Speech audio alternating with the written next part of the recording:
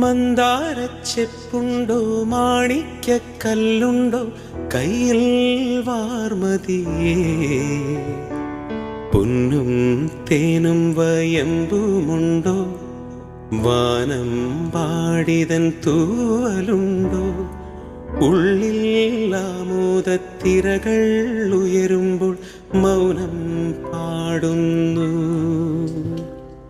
ഉള്ളിൽ ആമോദത്തിരകൾ ഉയരുമ്പോൾ മൗനം പാടുന്നു.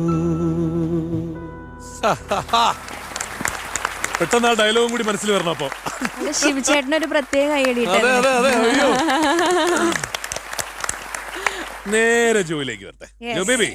അതെ, ഒരുപാട് ആക്ടേഴ്സ് ഉണ്ട്. അതിൽ പെട്ടെന്ന് ഇപ്പൊ എന്റെ മനസ്സിലേക്ക് പെട്ടെന്ന് ചോദിക്കുമ്പോൾ എന്റെ മനസ്സിൽ ഓടി വരുന്ന എനിക്ക് ഭയങ്കര ഇഷ്ടമുള്ള ഒരു ആർട്ടിസ്റ്റ് എന്ന് പറയുന്നത് രേവതി